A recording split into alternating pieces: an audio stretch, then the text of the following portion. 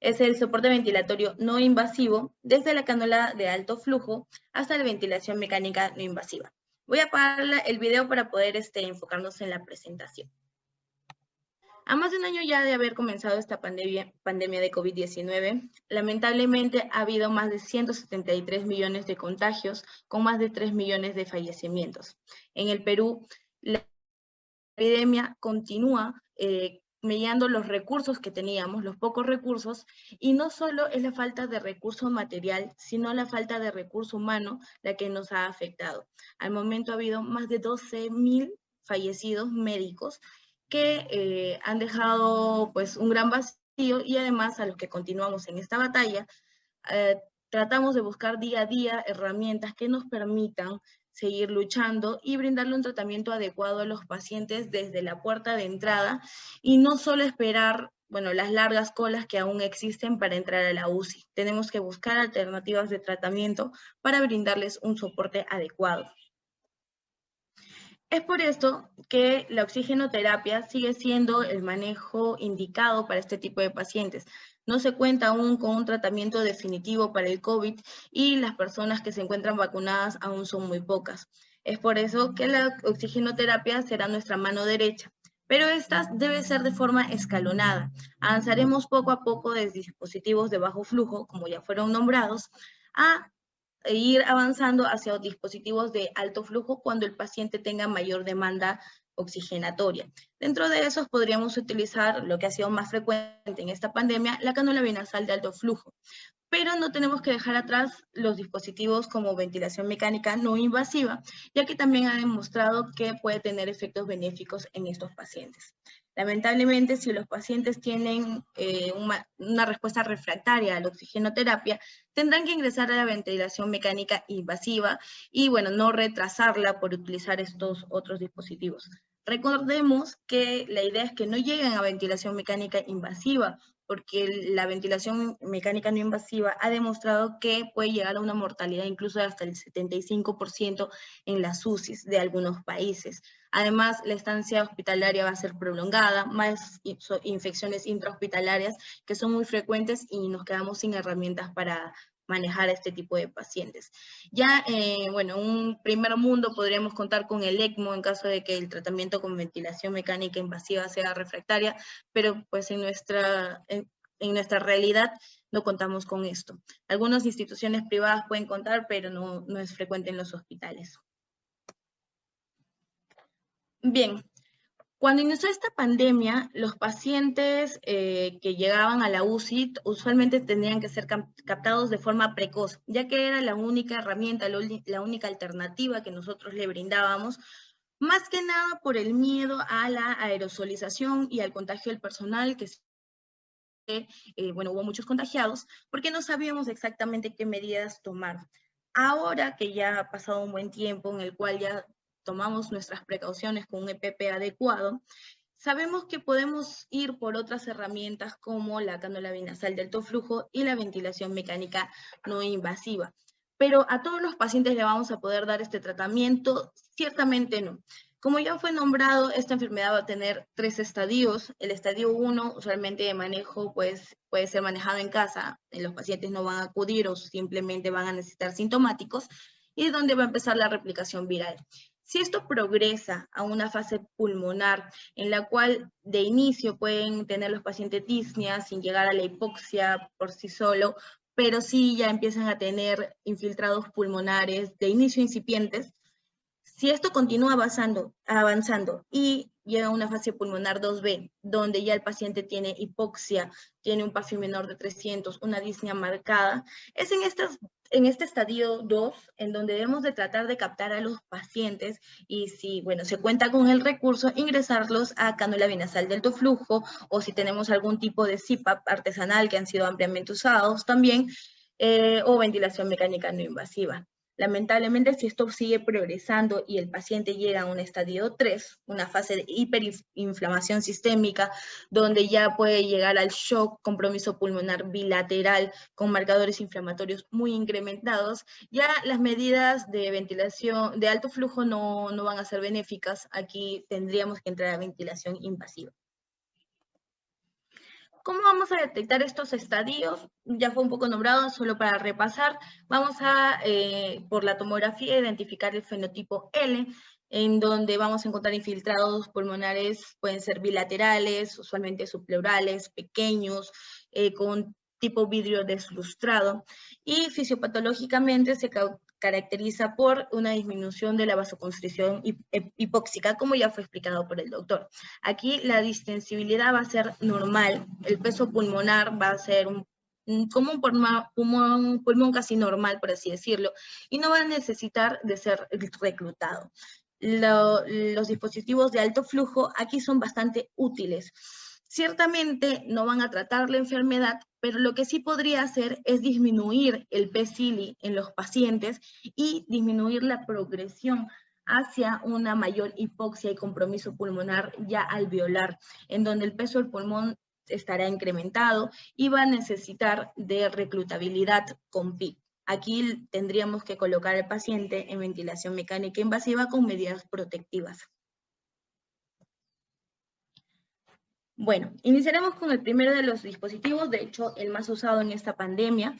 Es un sistema no invasivo que a través de cánulas nasales de silicona, un poco más grandes que las convencionales de bajo flujo, van a entregar un fío esperado, debido a que vamos a utilizar flujos altos, hasta 60 litros por minuto, en condiciones fisiológicas, con una temperatura hasta 37 grados y 44 grados de humedad absoluta.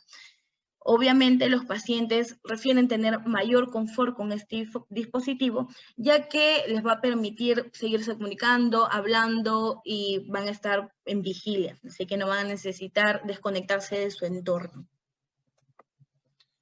Dentro de los efectos fisiológicos y benéficos que tiene la cánula binasal de alto flujo es que va a disminuir la dilución de FiO2, algo que sucede sí con los dispositivos de bajo flujo.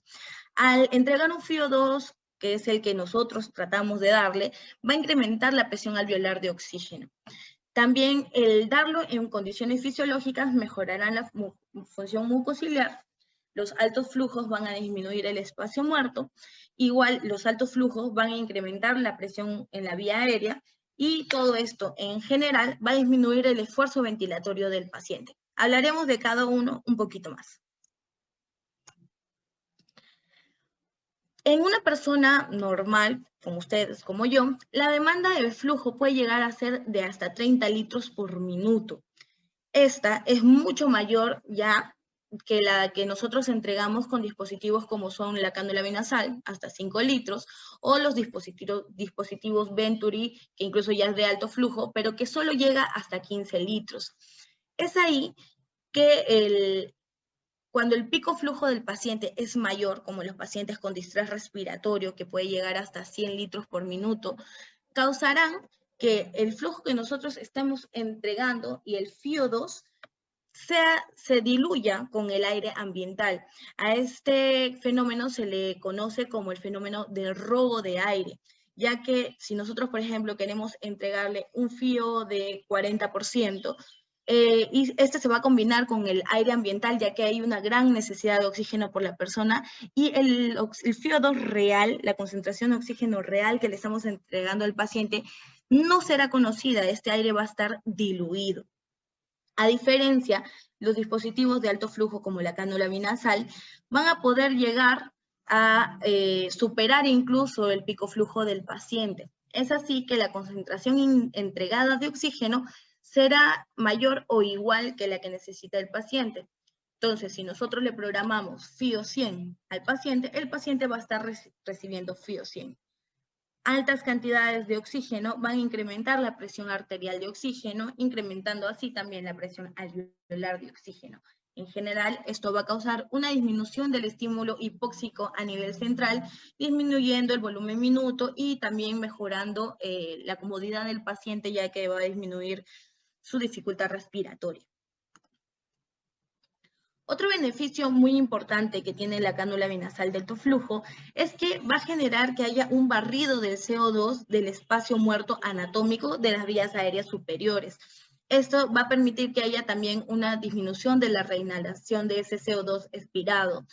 El llenar toda la vía aérea superior con oxígeno va a incrementar la ventilación alveolar y va a disminuir también, pues, lo que les comentaba, el estímulo del centro respiratorio, causando mayor comodidad y disminución de la dificultad respiratoria.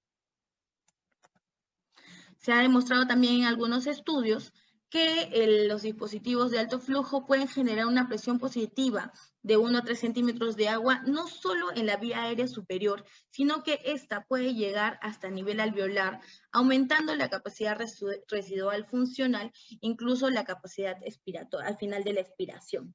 Siempre y cuando esto sea dependiente de flujo, a mayor flujo va a ser mayor presión y también de la respiración del paciente. El problema que tenemos es que los pacientes con dificultad respiratoria tienden a abrir la boca.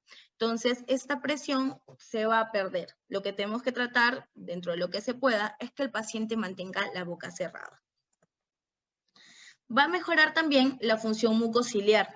Al brindarlo a temperatura ambiental, o bueno, la temperatura corporal, perdón, desde 34 a 37 grados, y a una humedad de 100%, la función mucociliar se va a mantener, va a evitar que las secreciones se pongan más duras, de que se descame la mucosa, va a aclarar las secreciones y va a optimizar también la conducción del flujo. Se ha demostrado también que el mejorar la función mucociliar, va a prevenir atelectasias y sobreinfecciones. Además, recordarles que el paciente va a estar más cómodo al no estar encerrado, al estar despierto, va a permitir que se comunique, que se alimente, que también logre ponerse, por ejemplo, en posición prona de forma vigil y que nos comunique cuando el paciente se siente con mayor dificultad respiratoria. Eso nos va a permitir detectar cuando el paciente de repente no está progresando de forma adecuada y tenga que ingresar a la ventilación invasiva. La indicación en la ira hipoxémica es bastante conocida, existen algunas otras que también la vamos a repasar. En el estudio Florali, realizado mucho antes del COVID, se demostró que a comparación de los dispositivos habituales, como la cánula binasal, la máscara de reservorio, la cánula binasal de alto flujo disminuyó la tasa de requerimiento de ventilación mecánica invasiva, de intubaciones, y también disminuyó directamente la mortalidad. Eso sí, siempre y cuando los pacientes tengan PAFIs mayores de 200. Ya que si estos eran menores, los pacientes requerían de un soporte invasivo y si se prolongaba este uso sin detectarlo de forma adecuada, podía incrementar la mortalidad. Puede servir también de forma paliativa en aquellos pacientes que de repente tienen órdenes de no intubación, ya que va a mejorar su disnea, va a mejorar también la frecuencia respiratoria. Incluso algunos estudios han demostrado que puede disminuir la mortalidad en aquellos que pensábamos que pues no tenían ninguna esperanza. La tasa de reintubación post-extubación en los pacientes con COVID es muy alta, ya puede llegar a ser hasta el 20%. Lo ideal es que estos pacientes post-extubación ingresen a un sistema de alto flujo, pero tenemos que saber captar a aquellos pacientes que están en riesgo. Dentro de estos tendríamos a los pacientes con falla cardíaca, postcirugías mayores, pacientes con antecedente de EPOC, obesidad, que se hayan encontrado también en ventilación mecánica más de 7 días, que es lo habitual ahora, y que tengan múltiples comorbilidades. A estos pacientes será más beneficioso el colocarles posextubación. Es muy útil la cánula binasal de alto flujo utilizarlo en la preoxigenación, ya que vamos a poderlo utilizar en las dos fases, antes de la intubación y durante la intubación, ya que no va a interrumpir el camino. Entonces, esto va a disminuir los episodios de desaturación y va a favorecer, incluso ha demostrado que disminuye la mortalidad durante la intubación. También ha sido descrito su uso en falla cardíaca descompensada, aunque es más frecuente el uso de ventilación no invasiva. Dentro de las contraindicaciones, bueno, algunas bastante relativas, está la ira hipercápnica, si es un paciente con EPOC y no titulamos adecuadamente el FiO2 que queremos entregarle, este puede tener un efecto deleterio. Existen personas con alteraciones anatómicas que no van a permitir que se les coloque este tipo de cánulas. Y bueno, pacientes que tengan una falla ventilatoria marcada, trastorno decisorio, inestabilidad hemodinámica, estas son indicaciones directamente para que el paciente vaya a ventilación mecánica invasiva. De ninguna manera podríamos colocar a los pacientes con cánula de alto flujo si se encuentran bajo estas condiciones. En las complicaciones también, bueno, son pocas. La más temida desde el inicio ha sido la aerosolización. Estudios con flujos de hasta 60 litros por minuto han demostrado que sí puede haber una aerosolización hasta 4 metros, pero que al colocarle una simple mascarilla, una mascarilla simple, esto se ha disminuido a casi algo imperceptible. Igual si es utilizada en áreas de presión negativa, esto prevendría que haya mayor contagio del personal. Pueden existir algunas laceraciones, tienen que ser colocadas, bueno, las cuerditas sin causarle daño al paciente. Puede causar desconfort por altos flujos, por la temperatura muy alta también. Describen que es como estar en un sauna si lo programamos a temperaturas muy altas. Así que, bueno, tenemos que ser un poco cuidadosos con esto. Puede retrasar el inicio de la ventilación mecánica, sí, si no monitorizamos a los pacientes de forma continua, como vamos a hablar más adelante, podría causar un retraso y esto directamente implicaría en la mortalidad.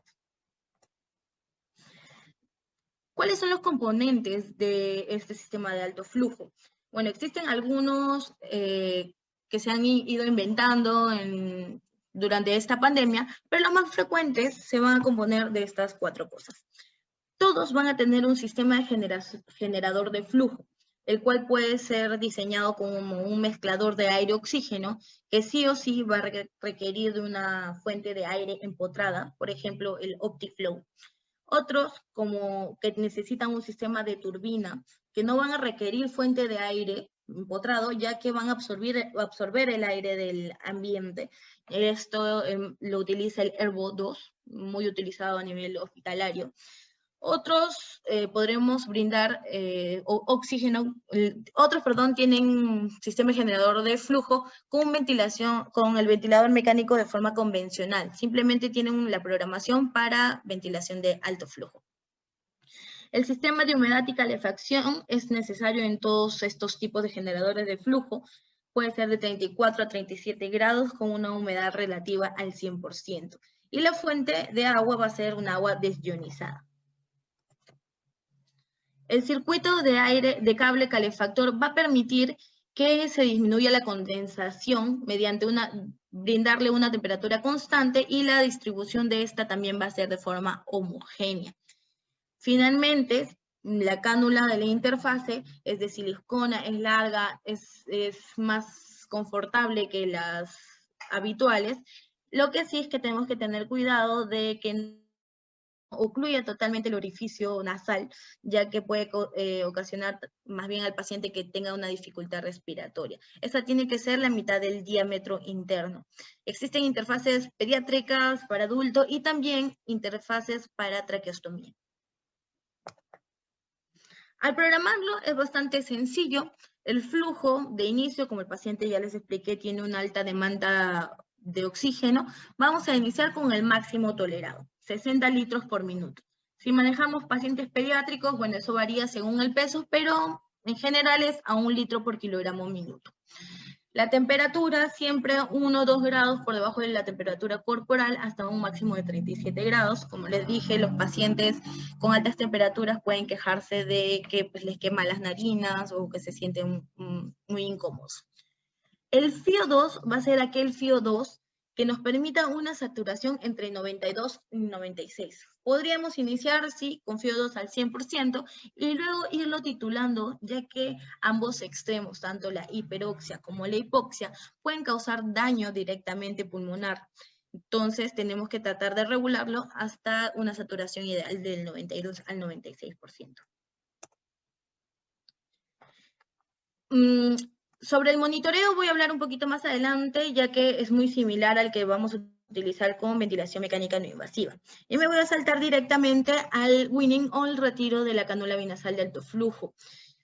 Primero que todo, el paciente tiene que haberse recuperado de la causa base. ¿Y cómo vamos a identificar esto? El paciente no tiene que tener distrés respiratorio, tiene que tener un AGA compensado, sin acidosis, saturando más del 90%, ya con bajo requerimiento de oxígeno, frecuencias respiratorias bajas, que no se encuentre taquicárdico ni inestable.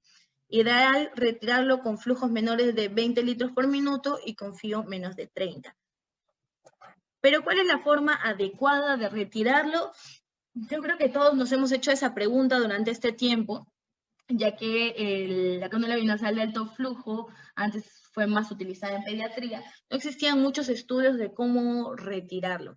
La Sociedad Chilena de Medicina Intensiva sugiere el ir disminuyendo el flujo primero de 5 a 10 litros por minuto, luego evaluarlo cada 2 horas, posteriormente ir disminuyendo el FIO de 5 en 5, igual cada 2 horas, hasta que lleguemos a flujos menores de 20 litros y luego retirarlo.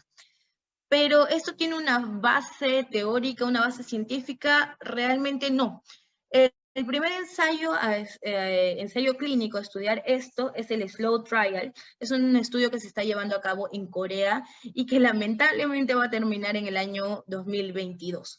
Esto va a estudiar 100 personas, las cuales un grupo les van a ir disminuyendo primero el FIO, a otro grupo van a disminuirles el flujo y en otro grupo van a tener una disminución simultánea. Lo que sí sugieren en este estudio, que bueno, está todavía en camino, es que la disminución siempre va a ser progresiva, de 5 en 5, y que nunca debe ser de forma abrupta. Y el objetivo de este estudio es evaluar cuál de estos pacientes va a tener éxito si tolera el retiro, y a éxito le consideran el retiro por más de 24 horas. Dentro de la evidencia en cánula de alto flujo, bueno, hay múltiples artículos, todavía esto sigue en estudio, algunos están a favor, algunos en contra. Los que están más a favor es la campaña de Sobreviviendo a la Sepsis, lo toma como una herramienta de primera línea, siempre y cuando se esté monitorizando de forma continua al paciente y eso no retrase la intubación. El Critical Care refiere que este es efectivo cuando el paciente se encuentra en estadios, bueno, iniciales, leve, moderado, como lo hemos conversado, pero que si la falla de tratamiento va a llevar a mayor mortalidad. El Cochrane ha concluido que esto tiene un menor fracaso en la oxigenoterapia versus la oxigenoterapia estándar, pero no va a tener mayor diferencia con el uso de dispositivos como la ventilación mecánica no invasiva, de la cual hablaremos en este momento. La ventilación mecánica no invasiva. ¿Qué es la ventilación mecánica? Ventilación no invasiva, porque mecánica es cuando se utiliza pues, la máquina tipo ventilador mecánico. Pero la ventilación no invasiva es toda aquella que nos permita brindar una presión positiva que va a generar flujo desde la boca al alveolo, pero que no requiera que el paciente se encuentre intubado, ¿ok? Esto va a favorecer que como nosotros le vamos a programar una presión soporte, incremente su volumen corriente. También al programarle un PIP va a favorecer el reclutamiento, mejorando la oxigenación a nivel alveolar. Y se describe que es bastante cómodo, disminuye el esfuerzo ventilatorio del paciente. El riesgo sí es la aerosolización, por eso es que no se ha utilizado mucho, al menos en nuestro país. En otros países como China o Italia sí ha sido bastante utilizado, en especial esta interfase como la que tiene el señor acá, que es el helmet. El programar, el que tenga un volumen corriente, que el que aumente el volumen corriente es algo benéfico, sí, siempre y cuando sepamos qué volumen le vamos a programar según la presión soporte, ya que si programamos volúmenes muy altos, esto va a causar volutrauma y a la larga mayor injuria pulmonar. Algunos pacientes se quejarán de intolerancia, claustrofobia, puede generar úlceras de presión, y si es que no lo detectamos a tiempo, también podría retrasar la ventilación mecánica. Existen múltiples interfaces de ventilación no invasiva. Las más utilizadas en el COVID han sido la cánula, la oronasal, la segunda de la imagen, y la cuarta de la imagen, el casco helmet, también ha sido utilizada e incluso se ha demostrado que disminuye la mortalidad versus la otra por mayor tolerancia en los pacientes menos úlceras de presión. En este estudio, en este cuadro de abajo a la derecha, comparan estas 4 interfaces para evaluar la aerosolización. En la primera y en la tercera, la aerosolización fue hasta 81 centímetros, 45 centímetros, lo que preocupa bastante. Sin embargo, en las otras dos fue casi imperceptible. Acá también comparan con la cánula binasal de alto flujo y ellos obtuvieron hasta 21 centímetros de aerosolización. Para evitar esto, en estos dispositivos tenemos que tratar de que la interfase no cuente con una válvula de exhalación activa. Tenemos que cambiar ese codito por un codo azul, ¿ok? Ese no va a tener una válvula de exhalación. Los ventiladores mecánicos o los dispositivos que utilicemos tienen que ser de doble rama, ya para en la rama expiratoria colocarle un filtro viral. El uso del EPP pues, es mandatorio para poder manejar este tipo de pacientes y lo recomendado es que se encuentren en un área con presión negativa con 6 recambios hora. También recomiendan que si no se cuenta con esto, pueden utilizarse flujos de aire 160 litros por segundo, pero yo creo que eso es bastante difícil de calcular y la verdad es que no sé si lo hacen acá. ¿Qué equipos vamos a tener para dar ventilación no invasiva? Podemos tener los convencionales, que son los ventiladores mecánicos, que se utilizan en la UCI. Como beneficio van a tener que cuentan con alarmas, vamos a poder monitorizar al paciente por curvas, vamos a programar de forma separada la presión inspiratoria del PIP. Esto va a favorecer para que no tengamos problemas con lo del volutrauma que les comenté. Tiene menor capacidad de compensar fugas, eso en los equipos antiguos, actualmente están mejorando porque ya tienen una programación para no invasivo y el beneficio principal es que podríamos brindarle al paciente manejo invasivo en caso este se deteriore. Sin embargo, esto va a necesitar sí o sí que el paciente se encuentre dentro de una UCI con personal capacitado y monitoreo y bueno, sabemos que esto es bastante limitado. Existen dispositivos portátiles, los cuales son diseñados específicamente para dar ventilación no invasiva. Estos van a brindar flujo continuo. Dentro de su programación, esta puede ser CPAP o BiPAP, que vamos a hablar un poquito más adelante.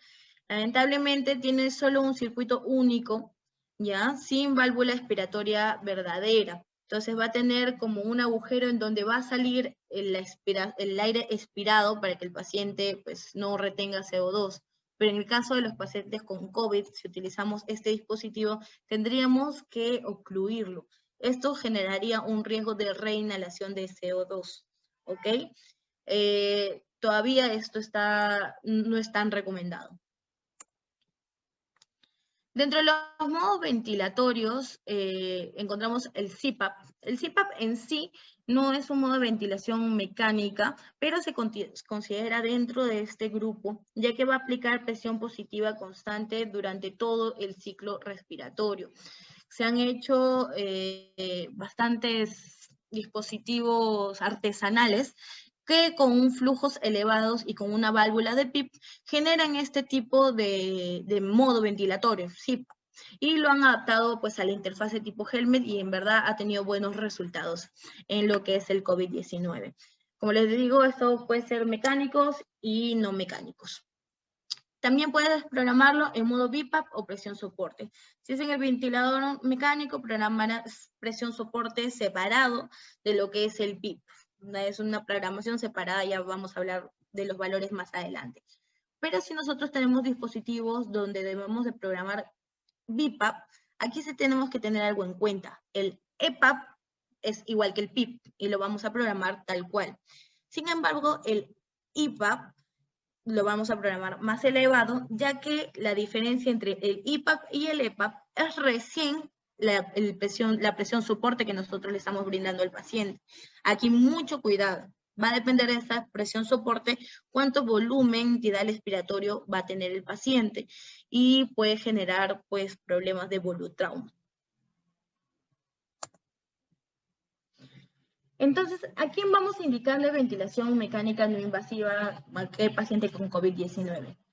Previo a la indicación, tenemos que conocer que ya existen pacientes que tienen predictores de fallo, como son los hombres, también aquellos que tienen los marcadores inflamatorios muy incrementados, PAFIs menores de 200, múltiples comorbilidades y edades avanzadas, ya son predictores de fallo y tenemos que tomarlo en cuenta para poder captar rápidamente a los pacientes de repente que le iniciamos ventilación mecánica no invasiva y que tienen riesgo de fallo.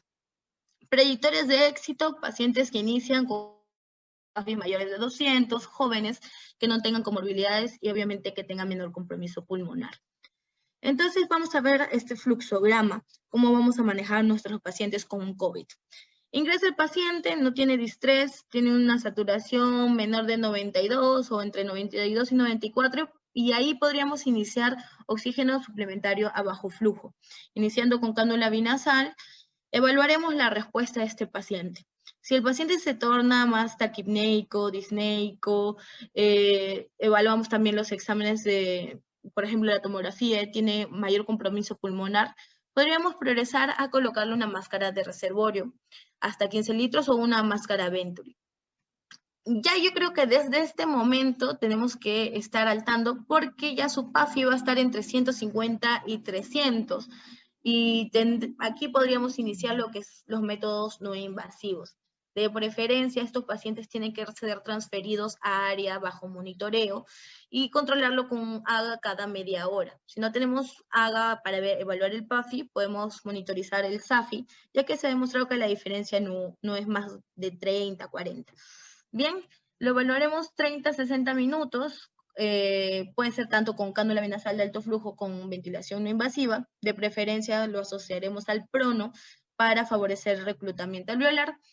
Y según cómo responda este paciente, si tiene algunos indicadores de fallo, taquipneico, desaturando, tendríamos que detectarlo y iniciar de una vez la ventilación mecánica invasiva. ¿A qué pacientes no le podremos brindar ni ventilación mecánica no invasiva ni cánula binasal de alto flujo? Aquellos que se encuentren en un arresto ventilatorio inminente, un paro cardiorrespiratorio, o que tengan obstrucción de la vía aérea superior. También aquellos que no manejen bien las secreciones, que tengan hemoptisis, incluso aquellos pacientes que no colaboren, están en riesgo de deteriorarse porque se lo retiran y bueno, no van a recibir el oxígeno que nosotros tenemos que darle, tienen alto riesgo de fallo. Algunas de las relativas, está aquí inestabilidad hemodinámica porque existen pacientes que van a responder a las primeras fases de manejo, de repente fluidoterapia. Pero en caso no responda, el paciente debería ingresar directamente a ventilación mecánica invasiva. Pacientes que tengan trastorno de sensorio, neumotórax, o que no contemos simplemente con los dispositivos, tendrían que ir a otra fase que sería la ventilación mecánica invasiva. Bien, ¿cómo vamos a programar el ventilador, la ventilación mecánica no invasiva? Si es como en esta imagen, que está con un ventilador mecánico, con programación de no invasivo, programaremos el PIP de 10 a 12 para tratar de reclutar algunos alvéolos. La presión soporte también de 10 a 12, pero eso va a depender. No olviden que deben de calcular el volumen tidal ideal según su peso ideal. Acá a la derecha, bueno, les dejo la fórmula más utilizada. Sería bueno que siempre lo tengan en cuenta para evitar las complicaciones con este tipo de pacientes. Eso siempre y cuando nosotros tengamos este tipo de ventilador. Si tenemos un dispositivo con válvula de PIP que hace el mecanismo de CPAP, vamos a colocarla entre 8 y 14 centímetros de agua. Si es un BiPAP, vamos a colocar el IPAP entre 10 y 15, el EPAP entre 8 y 14, y evaluando que la diferencia hace la presión soporte.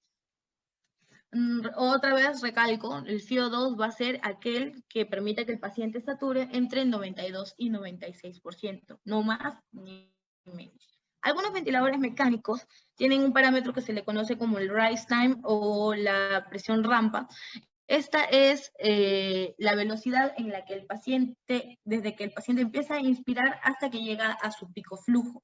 Cuando tienen alta demanda oxigenatoria, esta tiene que ser programada menos de lo habitual, entre 0,05 hasta 0,1. Los pacientes tienen que ser monitorizados a pie de cama. Si es que no es en intermedios y vamos a utilizar de repente en áreas fuera de la UCI, un personal debe estar de forma constante monitorizando la frecuencia cardíaca, la frecuencia respiratoria, la saturación, el SAFI. tenemos que evaluar cuáles podrían ser indicadores de falla. Un índice muy conocido es el índice IROX, en el cual vamos a dividir la saturación de oxígeno del paciente con el FiO2 entregado. Esto entre la frecuencia respiratoria.